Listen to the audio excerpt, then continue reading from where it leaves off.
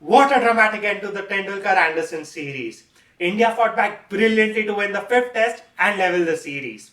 I gave them very little chances at the start of day 5, but Mohammad Siraj was at his absolute best and he gave it his all to win this match.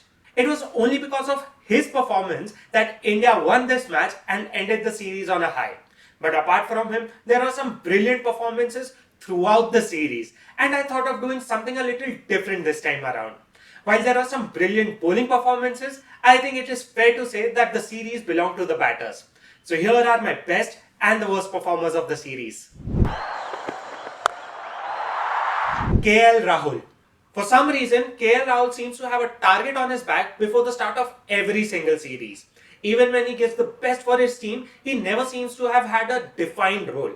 And after floating in the batting order a lot, he now has finally landed the opening spot, but that's only because Rohit Sharma retired and the spot was up for grabs. He came out with a very different approach than his predecessor in this role for this series.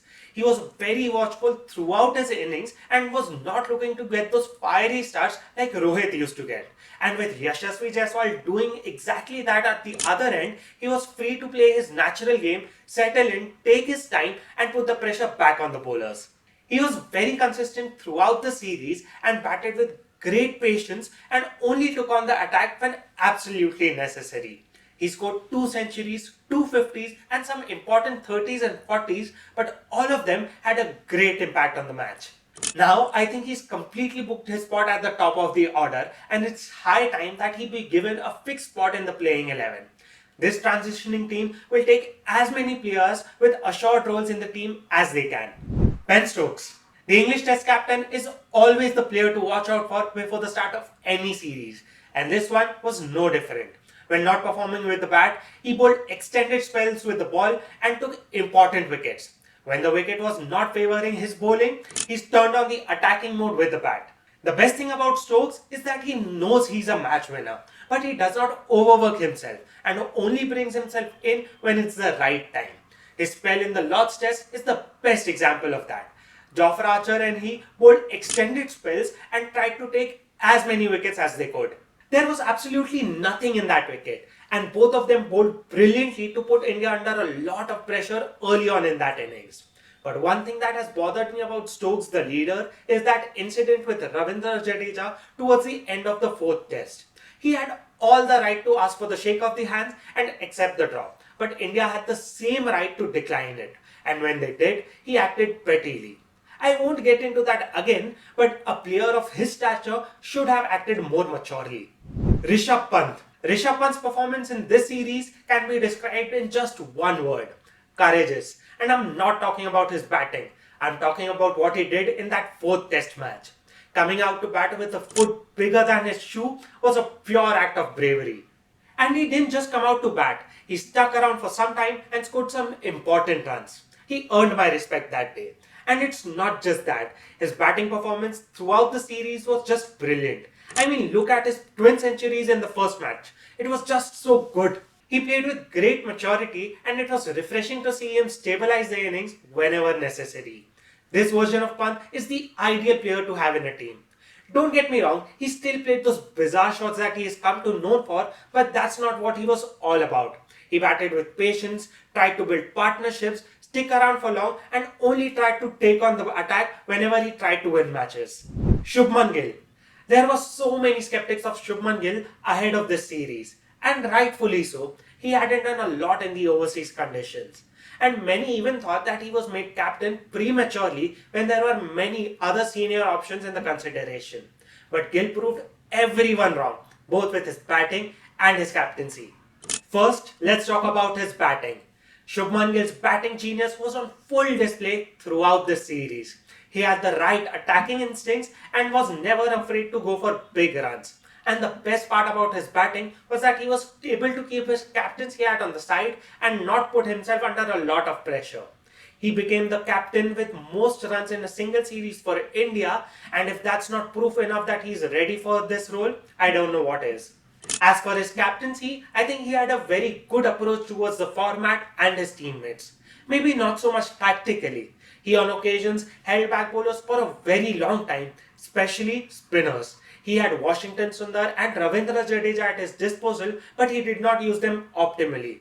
And I don't get why Shardul Thakur was included in the team. He was batting at number 8 and barely even bowled.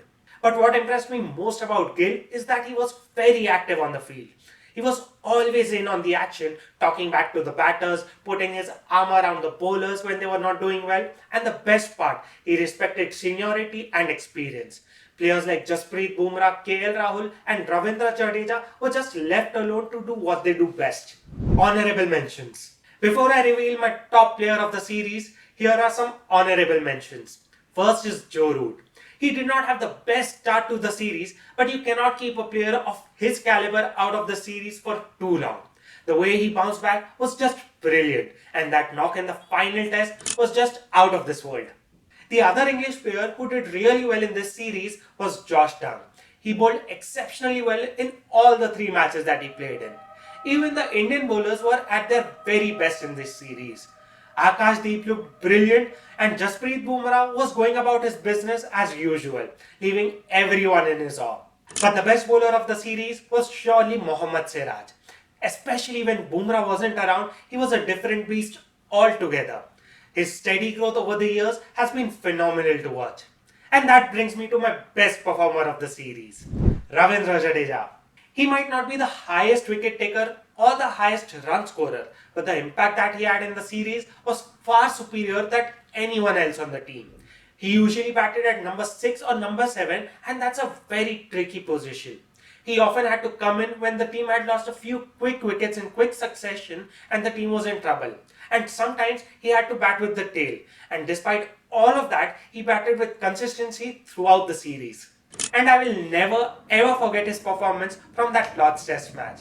His batting was just out of this world. He batted for almost the entire 5th day and took India this close to winning that match.